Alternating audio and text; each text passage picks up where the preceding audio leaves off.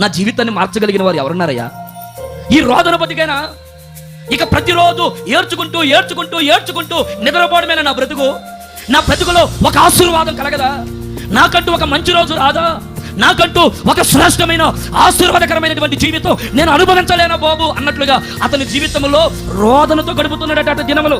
కొందరు మాట్లాడుతూ ఉంటారు, కానీ నా గుండెల్లో ఉన్న బాధ ఎలా తీరుతుంది పాస్టర్ గారు? మాటలాగా వినబడుతుంది, కానీ నా మనసులో ఉన్న రోదన ఎవరు వింటారయ్యా? ఎవరో చెప్తున్నారు, పలానా వాళ్ళు చెప్తారు, పలానా ఇంటి పక్కన వాళ్ళు చెప్తారు, బంధువులు చెప్తారు, ఏడో మాకు అంటున్నారు, ధైర్యపరుస్తున్నారు. నా బాధ వాళ్ళకి ఏమర్థమవుతుంది? రోదన ధ్వని ఎలా చల్లారుతుంది? మానసికమైనటువంటి ఈ బాధ, ఈ మానసికమైనటువంటి ఈ సమస్యల నుండి నేను ఎలా విడుదల పొందుతాను? ఈ రకరకాల బాధలు వాళ్ళ స్థితిని బట్టి, వాళ్ళ పరిస్థితులను బట్టి, ఏమండి రకరకాల కన్నీళ్ళు, రోదన ధ్వని, రోదన ధ్వని, రోదన ధ్వని. పైకి బాగానే కనబడుతున్నట్లుగా ఉంటారా? కుటుంబాన్ని గురించిన రోదన, పిల్లల గురించిన రోదన, భర్త గురించిన రోదన, భార్య గురించిన రోదన, వ్యాపారాల గురించిన రోదన, ఉద్యోగం గురించిన రోదన, ఎవరి చేస్తున్న చేతి పని గురించిన రోదన.